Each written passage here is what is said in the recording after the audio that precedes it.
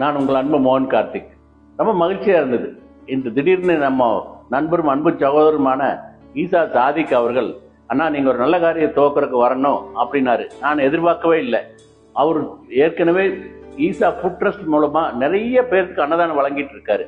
அதற்காக பிரத்யேகமாக ஒரு சமையல் கூட அமைச்சிருக்காரு. இந்த திறப்பு விழாவுக்காகத்தான் என்னை அழைச்சிருக்காருங்கிறது போனோன்னு தான் தெரிஞ்சுக்கிட்டேன்.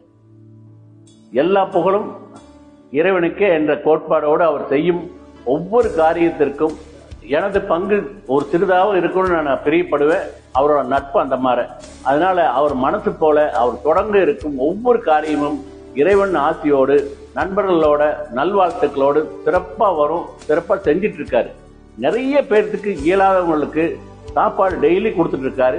மதியமும் இரவும் ஹாஸ்பிட்டல்ல பொது இடத்துல நிறைய பேர்த்துக்கு உதவி பண்ணிட்டு இருக்காரு. எந்த ஒரு நல்ல காரியத்தையும் பால் காய்ச்சி சென்டிமெண்ட் ஆரம்பிக்கிறதா முறை. அதே மாதிரி இந்த புதிய நவீன சமையற்கூடத்தை பால் காய்ச்சி ஆரம்பித்தோம் இறையார்களோட. இந்த புது பில்டிங்கும் இந்த நவீன ஏற்பாடும் சீக்கிரம் உணவு தயாரிக்கிறதுக்கு ஒத்துழைமா இருக்கணுங்கிறது நம்பிக்கையோட இருக்குது. பார்த்தாவே தெரியுது. ஈவன் பேக்கிங் மிஷின் கூட சாப்பாடு நீட்டா எவ்வளவு கிராம் போடணும் அப்படின்னு ஒரு கணக்கு வச்சா நீட்டா பேக் பண்ணி கொடுத்துருது, சீக்கிரமா கொடுத்துருது.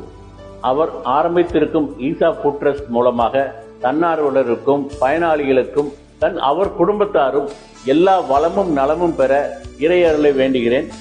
மேன்மேலும் பல சேவைகள் நம் சமூகத்திற்காக செய்ய வேண்டும் என்ற வாழ்த்துக்களோடு நன்றியும் கூறுகிறேன். வாழ்த்துக்கள். வாழ்க வளமுடன். தொடரட்டும் அவள் மக்கள் சேவை, சமூக சேவை.